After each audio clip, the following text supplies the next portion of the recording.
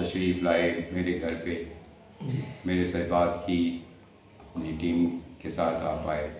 आपकी बड़ी मेहरबानी, यहाँ आप मेरे पास आए हैं। साजिद, मुझे जब पता चला कि आप यहाँ लाहौर में हैं, यकीन माने कि मुझे बड़ी खुशी हुई और मैं काफ़ी अरसे से सोच रहा था कि आपसे मिलना है। तो आप मुझे ये बताइएगा कि कोई कोयटा से अभी राब्ते रहते हैं आपके, कोई उधर के लोगों से? जी बिल्कुल, जो जितने पुराने दोस्त यार हैं जो ज़िंदा हैं अब तक, उन सबसे ही तकरीबन राब्ता है। ज़करिया साहब हैं, फिर आरिफ भट्टी साहब हैं, अच्छा। गुलाम अली है और बहुत सारे लोग हैं। मैं जी एज ए बेसिकली जो है मैं ट्यूनर हूँ, ट्यून बनाता हूँ पोइट्री की।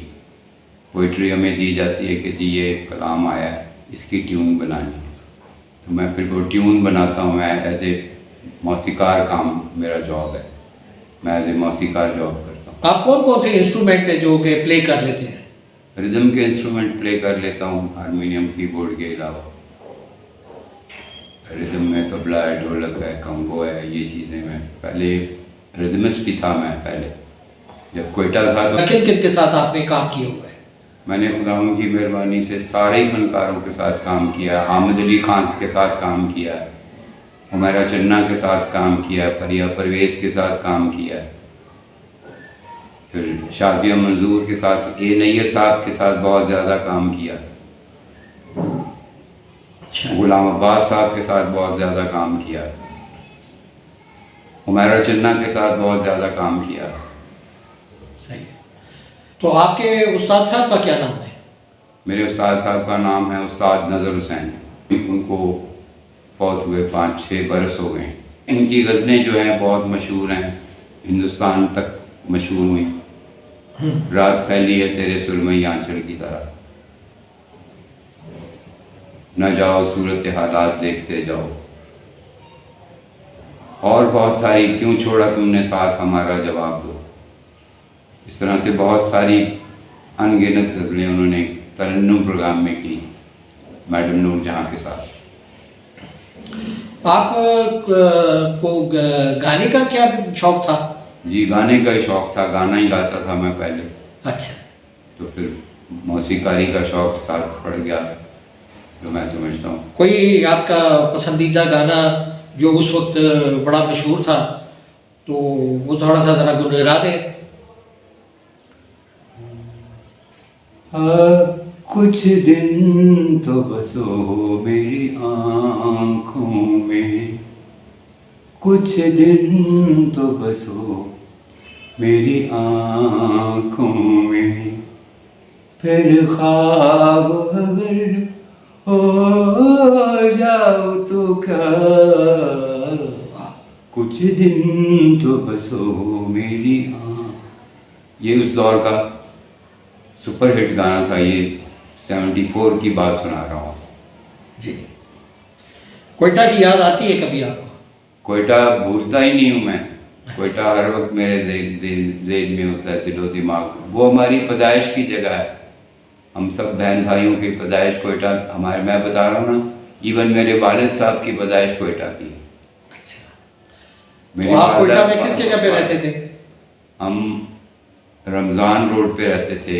ये क्या कहते हैं, डिलाइट स्टूडियो के पीछे, डिलाइट सिनेमा के पीछे मेन शहर में रहते थे। फिर वहाँ से फिर जब वालिद साहब की डेथ हो गई तो हम पूरी फैमिली कराची शिफ्ट हो गए, फिर कराची रहे।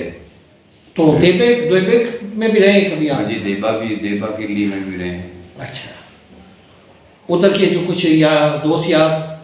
हाँ जी, सब दोस्त यार जो थे किली देबा के ही थे।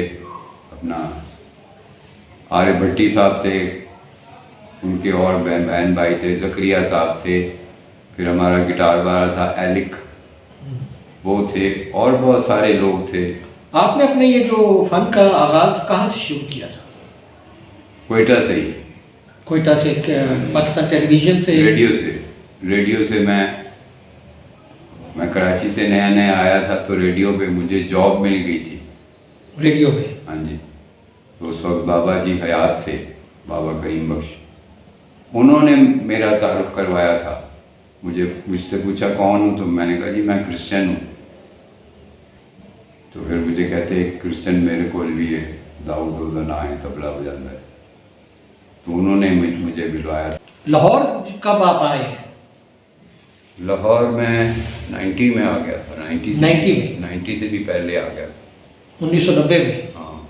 अच्छा, तो उससे आके या फिर आपने क्या करने शुरू किया? बस फिर उस्ताद थे वो, उन्होंने ही मुझे कहा था कि यार अगर ये काम करना है तो लाहौर मार्केट है, कोयटा मार्केट नहीं है।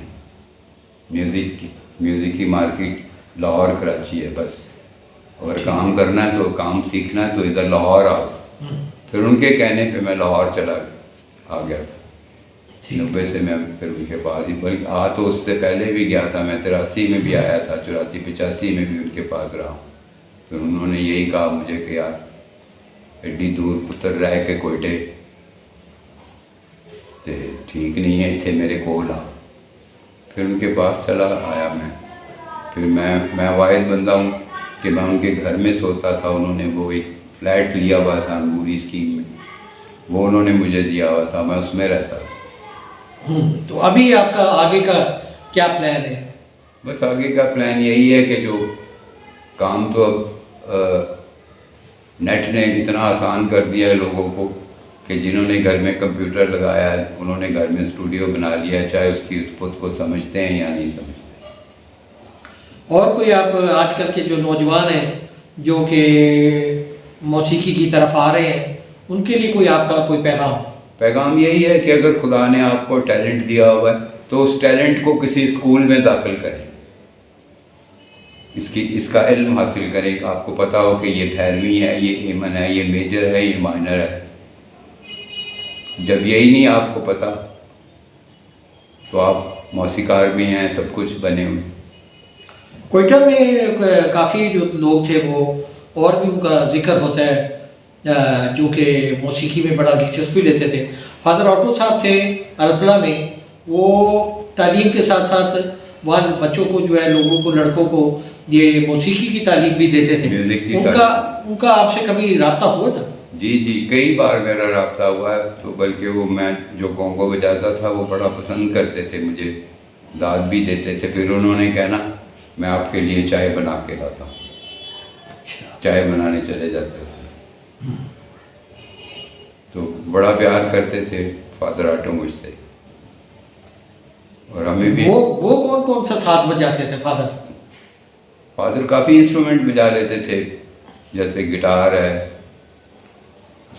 सितार है, कीबोर्ड है, पियानो है, ये वो बजा लेते थे।